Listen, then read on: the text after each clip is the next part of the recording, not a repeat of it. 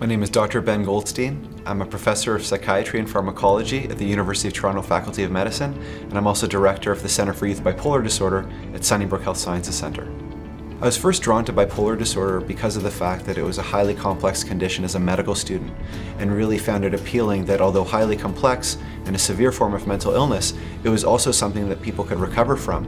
And if their symptoms were well controlled, they could experience full functioning in their life and work in most any career. In terms of focusing on youth, I was really interested in prevention and the idea of trying to reduce the impact that bipolar disorder has on people throughout their life. In addition, when you talk about youth and bipolar disorder, there's an accentuated amount of stigma.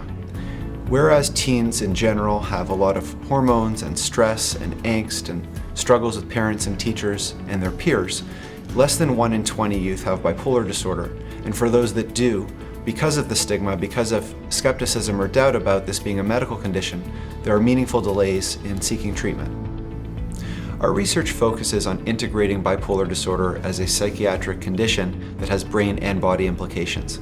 To do that, we've brought together a very unique team, including cardiologists, ophthalmologists, anesthesiologists, people that you don't typically think of in terms of adolescent bipolar disorder research. We use approaches primarily through imaging and biomarkers to try to gain a better understanding of the potential impact of blood vessel problems for young people with bipolar disorder. Some of the challenges relate to bipolar disorder in young people itself, and there's questions when you push people, really do they believe that this is a medical condition that exists in young people?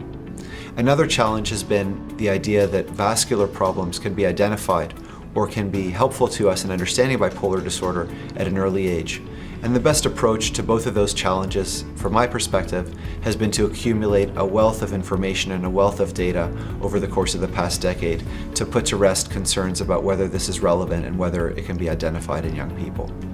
I think our most important achievement from the perspective of understanding the neurobiology of bipolar disorder in young people has been a 4-year exercise study that we completed recently. And what that study did, it incorporated neuroimaging as well as cognition, emotion, and looking at multiple aspects of brain physiology. That study really served to inform our understanding not only of differences between teens with and without bipolar disorder from the perspective of brain, but also differences in terms of how they respond to a single session of aerobic or cardiorespiratory exercise. And I think that that has opened up a number of avenues for future directions. Our single most important contribution has been the publication of a scientific statement in the journal Circulation, which is a leading cardiology journal, and it positioned major depression and bipolar disorder in youth as conditions that confer risk for increased and early heart disease.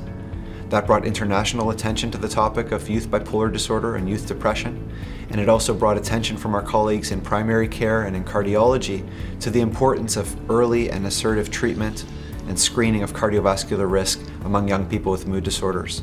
My hope is that future generations of medical trainees and trainees in other branches of medicine and allied professions will be taught to draw their attention to this topic and recognize that these topics are important to integrate at an early stage. I'm extremely grateful to receive the Lal Award, and I'm grateful to the Graham Boeckh Foundation for this moment. I wanted to express my appreciation and share why I think that it's important from my perspective personally. First of all, it validates our focus on the vascular bipolar link. That was a real risk a decade ago, and the fact that we've achieved discoveries, publications that have warranted this award is really validating for the decision that was taken at that time. The same is true for me as a clinician scientist. Over the past decade, the productivity that has come from this is being recognized in the context of many peers making many great discoveries. And so I think it says that we're competitive and we've done a lot in the Canadian landscape to bring attention to this topic.